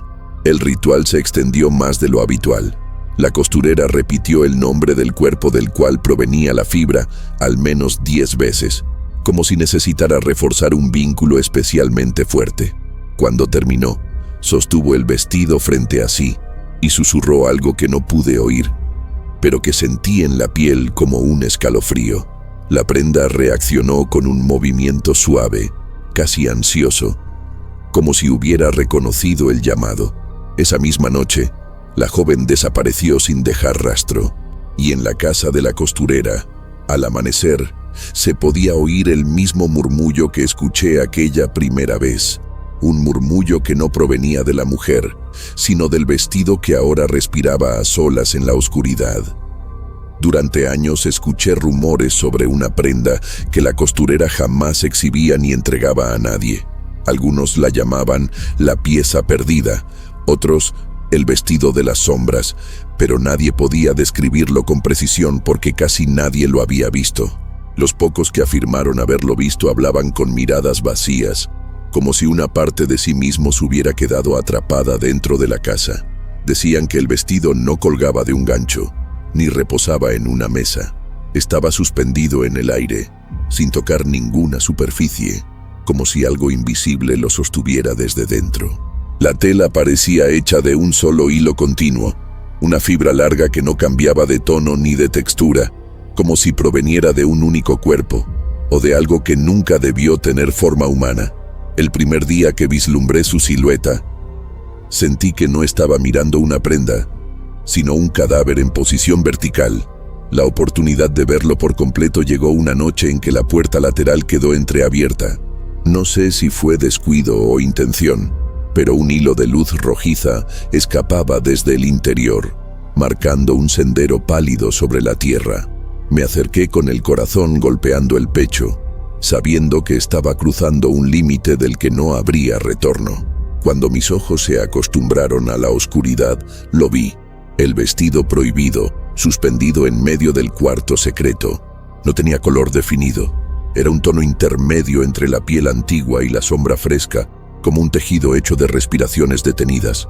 La tela vibraba de manera casi imperceptible, como si dentro de ella hubiera algo que intentaba moverse, pero que no encontraba espacio suficiente para hacerlo. Sentí una oleada de frío recorrerme el cuerpo entero. Aquel vestido no esperaba ser usado, esperaba algo más. Me acerqué unos pasos, intentando comprender cómo podía mantenerse en el aire sin soporte visible. Fue entonces cuando noté una serie de hilos finísimos, casi invisibles, que lo conectaban con el techo. No eran cuerdas, eran fibras vivas. Algunas se contraían lentamente, otras parecían templarse con mi presencia, tensándose como nervios reaccionando a un estímulo. El vestido emitía un sonido leve, un murmullo constante que recordaba a alguien respirando boca abajo, luchando por aire. A cada exhalación, la tela se expandía apenas unos milímetros, como si contuviera un tórax oculto. Me obligué a no retroceder, pero mis piernas temblaban con un miedo primitivo. Comprendí que aquello no estaba suspendido, estaba contenido. Era una prisión para algo que no debía escapar. Lo más inquietante fue la forma del vestido. No tenía mangas definidas, ni cintura, ni costuras visibles. Era como si hubiera sido tejido directamente de un cuerpo, sin cortes ni enmiendas. La superficie tenía pliegues que parecían seguir patrones musculares, como si debajo de la tela hubiera músculos que ya no podían contraerse, y en algunos puntos la fibra se elevaba formando pequeñas montañas irregulares, semejantes a cicatrices o costras secas. Era imposible no imaginar que bajo esa superficie había algo atrapado, algo que intentaba recordar su forma original. Di un paso atrás cuando noté que uno de los pliegues se movía hacia mí, extendiéndose como una mano que busca reconocimiento. El vestido reaccionaba. El vestido veía. Pero lo que me hizo huir esa noche fue el sonido que emitió cuando la costurera entró en la sala sin que yo la oyera acercarse. Ella no se sorprendió al verme. No gritó, no corrió. Solo levantó una mano y pronunció una palabra que jamás había escuchado antes. Una palabra áspera, antigua, que pareció abrir una grieta en el aire. El vestido respondió con un gemido bajo, un sonido contenido, húmedo, semejante a un susurro que hubiera sido arrancado de un cuerpo moribundo. La tela se arqueó hacia ella, como un animal reconociendo a su dueña, y en ese instante entendí todo. Ese vestido no estaba terminado. Era un cuerpo incompleto, un recipiente esperando una última ofrenda. Y al verme allí, tan cerca, supe que por un instante había considerado convertirme en esa ofrenda. Después de aquella noche, no pude dormir durante semanas. Cada vez que cerraba los ojos, veía el vestido inclinarse hacia mí, extendiendo uno de sus pliegues como si fuera un miembro atrofiado en busca de reconocimiento. Pero lo que más me atormentaba no era su movimiento, sino el sonido que había emitido cuando la costurera pronunció aquella palabra prohibida. Ese gemido, esa vibración húmeda, parecía seguir resonando dentro de mi pecho como si hubiera penetrado mis huesos. Intenté convencerme de que había sido producto del miedo, de la tensión del momento, pero la verdad se reveló una noche en que escuché el mismo gemido a través de las paredes de mi casa. Era débil, distante, pero inconfundible. Era el sonido del vestido llamando. Y aunque no lo entendiera en ese entonces, supe que el vestido no estaba vivo, pero tampoco estaba muerto. Intenté evitar la calle Santa Fe durante varios días, pero el destino parecía empujarme hacia aquella casa una y otra vez. Una tarde, mientras caminaba con la cabeza baja, escuché un murmullo suave detrás de mí. Me giré, pero no había nadie. Sin embargo, el aire estaba impregnado del olor cálido que siempre rodeaba el taller de la costurera. El murmullo parecía repetirse, un patrón casi musical, como una respiración rítmica. Sentí la necesidad instintiva de correr, pero mis piernas no respondían. Era como si algo tirara de mí desde dentro, un impulso que no nacía de mi mente, sino de un lugar más profundo, más visceral. Y en ese instante entendí, el vestido prohibido no necesitaba tocarte para alcanzarte. Bastaba con que lo hubieras visto, bastaba con que él hubiérate visto a ti. Con el tiempo, comencé a notar señales que antes no veía. A veces encontraba pequeños hilos delgados en la entrada de mi casa, hilos pálidos que parecían haberse arrastrado hasta allí. No eran de ropa, no eran de telas comunes. Eran fibras tensas, brillantes, semejantes a los hilos que había visto en el taller secreto. Los recogía con cuidado y los quemaba, pero siempre aparecían otros al día siguiente. A veces, al tocarlos, sentía un pulso extremadamente débil, como el latido tenue de un animal muy pequeño. Era evidente que el vestido estaba extendiendo su presencia, tanteando el espacio a mi alrededor. Comprendí entonces por qué nadie se atrevía a tocarlo, no porque fuera frágil, sino porque estaba incompleto. Estaba buscando una pieza final, y me aterraba la idea de que esa pieza pudiera ser un humano, o algo aún peor. Una noche, incapaz de soportar más incertidumbre, regresé a la casa de la costurera, decidido a enfrentar aquello que me perseguía. La puerta principal estaba cerrada, como siempre, pero esta vez escuché algo que me obligó a retroceder. Un sonido rítmico, profundo, parecido al latido de un corazón encerrado en una caja. Era lento, constante, demasiado orgánico para provenir de una máquina o de un objeto. Desde la ventana sellada se filtraba un resplandor rojizo que iluminaba la calle como una herida abierta. Y entonces ocurrió lo impensable. El vestido prohibido bajó desde el techo hasta quedar suspendido frente a la ventana. No había nadie dentro, pero su forma se arqueó hacia adelante, como si reconociera mi presencia a través del vidrio. Aquel instante confirmó mis temores. El vestido podía moverse sin la costurera, y lo hacía cuando quería.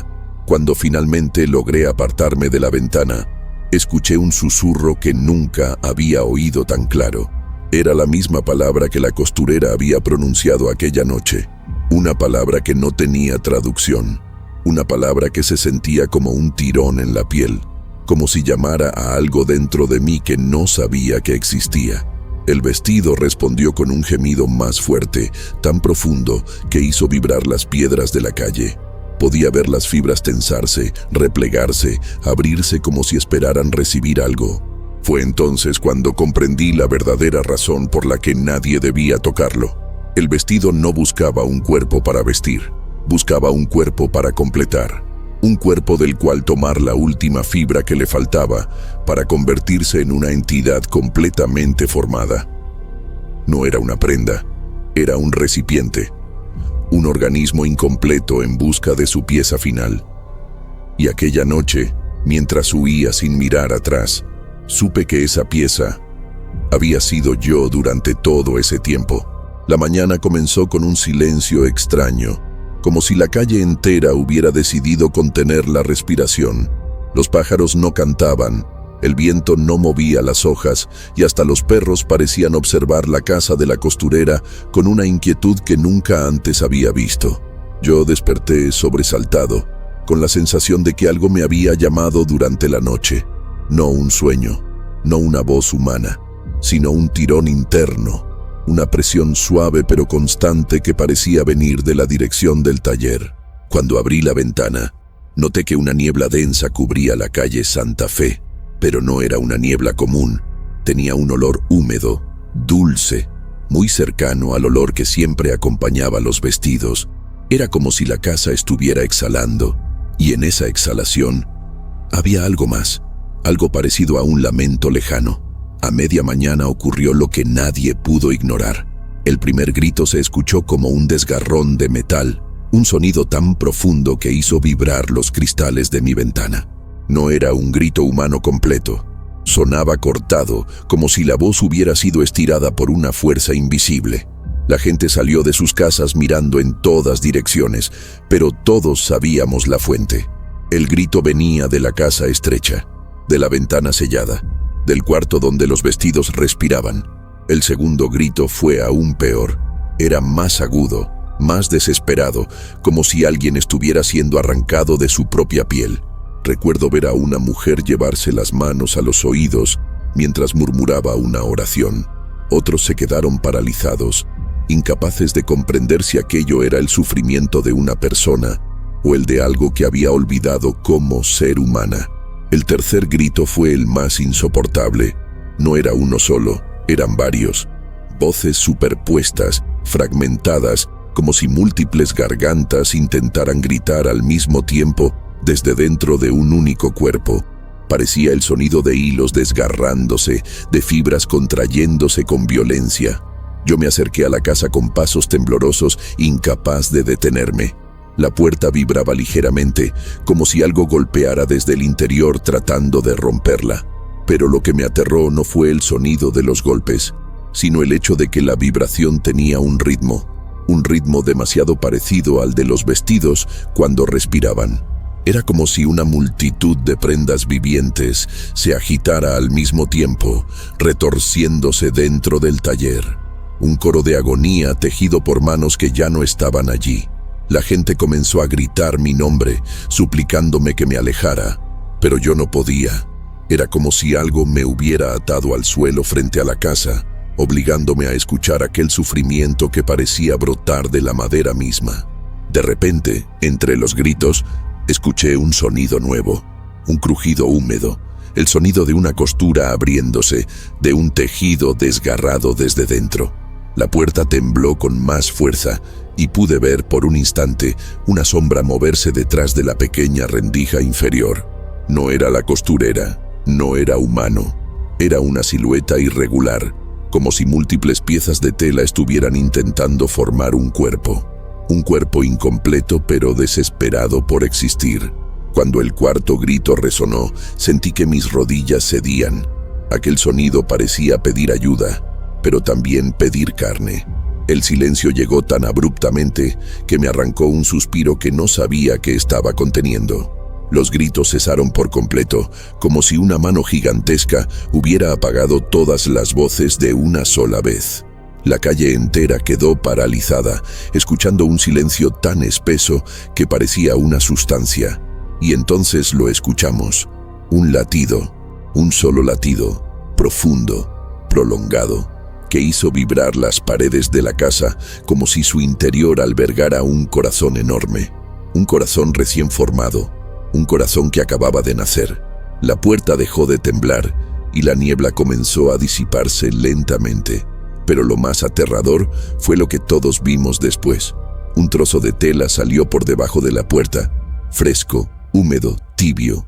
Era tejido nuevo, acababa de ser creado y aún tenía movimiento. Nadie se atrevió a acercarse a la tela que había salido por debajo de la puerta. Era pequeña, apenas del tamaño de una mano, pero estaba viva. Se contraía en intervalos irregulares, como si intentara acostumbrarse a un cuerpo que aún no tenía. Algunos vecinos retrocedieron lentamente, murmurando oraciones, mientras otros quedaron clavados en el suelo, incapaces de apartar la mirada de aquella pieza recién nacida. Yo fui uno de ellos. La tela tenía un brillo húmedo, casi visceral, y cada tanto se levantaba un poco del suelo, como si aspirara el aire tibio de la calle. En ese momento comprendí algo terrible. Los gritos no habían sido un accidente ni una señal de muerte. Habían sido el proceso, el trabajo final. La costurera había completado algo que necesitaba voces para existir. El silencio que siguió fue aún más inquietante que los gritos. La casa ya no vibraba, ya no exhalaba su olor dulce, ya no parecía viva. O tal vez estaba más viva que nunca y simplemente nos observaba. Nadie sabía qué hacer. No había señales de la costurera. No abrió la puerta. No habló. No se movió. El taller parecía haber sido tragado por un mutismo profundo, como si algo dentro de él hubiera devorado todo sonido. Algunos hombres intentaron golpear la puerta, pero el eco de sus golpes no sonaba como madera. Sonaba hueco, como si detrás no hubiera habitación alguna, como si la casa hubiera cambiado de forma por dentro, como si hubiera crecido. Cada golpe hacía que el fragmento de tela en el suelo se estremeciera con una especie de irritación, como un animal que escucha a alguien golpear su nido. Con el correr de las horas, la multitud comenzó a dispersarse, pero yo no podía moverme. Había algo en el aire que me mantenía allí, una sensación de que si me marchaba, aquello que había nacido no me olvidaría. Me quedé observando la casa, esperando que algo cambiara, que la puerta se abriera, que la costurera saliera explicando lo imposible. Pero nada ocurrió, hasta que justo cuando el sol comenzaba a ponerse, escuché un sonido mínimo, un crujido casi imperceptible proveniente de la ventana sellada. Me acerqué un paso, luego otro, y entonces lo vi. La silueta del vestido prohibido estaba allí, completamente formado, completamente erguido, completamente quieto, pero ahora tenía una forma definida, una forma humana, una forma que parecía observarme desde detrás del vidrio opaco. y entendí que los gritos no habían sido de muerte, sino de transformación. En un acto que aún no puedo explicar, la puerta se abrió unos centímetros por sí sola. Nadie la empujó, nadie la tocó, simplemente se dio, como si la casa hubiera decidido inhalar una parte de la noche. Desde la oscuridad interior emergió un olor nuevo. No era dulce, no era carne fresca, no era humedad. Era un olor antiguo, un olor que reconocí de inmediato porque lo había sentido en el taller secreto. Olor a hilo recién torcido, olor a piel tensa, olor a algo que acaba de despertar y aún no sabe cómo usar su cuerpo. La sombra del vestido se movió 1 centímetro hacia adelante, no más, solo 1 centímetro, pero fue suficiente para hacerme retroceder con el corazón golpeando mis costillas. Aquella mínima inclinación era un saludo, un reconocimiento, una aceptación. No sé cuánto tiempo pasó hasta que comprendí o que realmente había ocurrido ese día. A veces creo que ese latido que escuchamos no provenía del vestido, sino de la casa misma, como si la estructura entera se hubiera convertido en un organismo, una matriz viva donde cada fibra humana absorbida encontraba un nuevo propósito. El taller no era un taller, era un vientre. Los vestidos no eran prendas, eran capas. Y la costurera no era la creadora, era apenas la intermediaria. Desde esa tarde, la casa permanece cerrada. Nadie entra, nadie sale. Pero de vez en cuando, en noches de viento lento, se escucha un sonido que recorre la calle Santa Fe como un susurro de advertencia. El crujido leve de un hilo estirándose, buscando, tanteando el aire. Y yo sé, con una certeza que me quiebra el sueño, que aquello que nació ese día no quedó confinado dentro del taller. Está esperando, está completándose. Y algún día, cuando encuentre lo que le falta, la calle entera volverá a escuchar esos gritos, pero esta vez serán los nuestros. Nunca volví a entrar en la calle Santa Fe de la misma manera. Cada paso que doy por sus piedras gastadas parece despertar un eco antiguo, un murmullo que sigue respirando bajo las grietas del asfalto. La casa continúa allí, estrecha, inclinándose ligeramente hacia la sombra, como si aún escuchara los últimos hilos de vida que tejió en su interior. Nadie ha vuelto a ver a la costurera, pero a veces, en las noches más frías, una luz rojiza parpadea detrás del vidrio sellado, como un suspiro atrapado entre la madera y la humedad. Los vecinos evitan mirarla de frente, como si temieran que la casa reconozca sus rostros y los convierta en parte de su memoria. Yo la observo desde lejos, preguntándome cuántas voluntades quedaron encerradas en sus paredes, cuántos nombres siguen resonando bajo sus tablas. El camino colonial, donde alguna vez aparecieron cuerpos vaciados de su propia piel, ha sido engullido por la maleza. Pero si uno se atreve a apartar las ramas, encontrará restos de hilos enquistados en la tierra, tensos todavía, esperando un tirón que jamás deberían recibir. La gente dice que el bosque ha cambiado de sonido desde aquel día. Ya no canta, ya no respira del mismo modo. Es como si algo se hubiera extendido desde la casa hacia afuera, hilvanándose entre los árboles, tejiendo su propia red en la oscuridad. A veces creo escuchar, entre el viento y las hojas, un gemido tenue que no pertenece al mundo natural, un sonido parecido al primer llanto de algo que aún no ha sido visto. Cada tanto paso frente a la casa, no por valentía, sino porque algunos lugares no pueden ser ignorados, y siento el mismo escalofrío que me recorrió aquella mañana del grito. La puerta nunca se abre, pero en el umbral siempre hay pequeñas señales, un hilo seco que no estaba el día anterior, una marca curva en la madera, un olor tibio que se aferra a la piel como una advertencia. He intentado convencerme de que lo que ocurrió allí pertenece al pasado, pero la verdad se impone cada vez que cierro los ojos. Lo que nació dentro de ese taller no murió, solo aprendió a esperar, aprendió a escuchar, aprendió a moverse con la paciencia de aquello que no tiene prisa. El pueblo intenta seguir su vida, pero todos hemos cambiado. A veces, en las reuniones nocturnas, Alguien cree ver una figura en la ventana de la casa, una silueta tan inmóvil que parece tallada, pero que desaparece cuando uno pestañea. Otros aseguran escuchar pasos suaves en la calle, como si un vestido caminara sin cuerpo, arrastrando hilos sueltos que buscan adherirse a cualquier sombra disponible.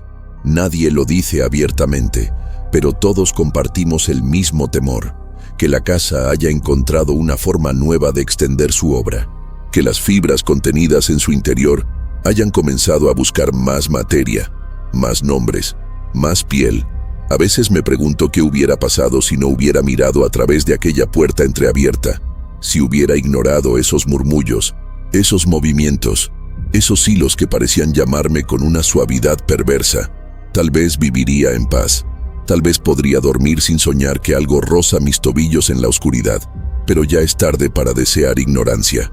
Lo que vi, lo que escuché, lo que respiró a mi lado en esa casa estrecha, ya forma parte de mí, y temo que, cuando llegue el día en que la casa vuelva a abrirse, reconozca mi nombre como si lo hubiera estado guardando en silencio todo este tiempo. Y cuando ese día llegue, porque sé que llegará, la calle Santa Fe no necesitará gritar para que el pueblo comprenda el mensaje. Bastará con un hilo moviéndose contra el viento, un susurro que se arrastra entre las piedras, un vestido que respira solo en la noche.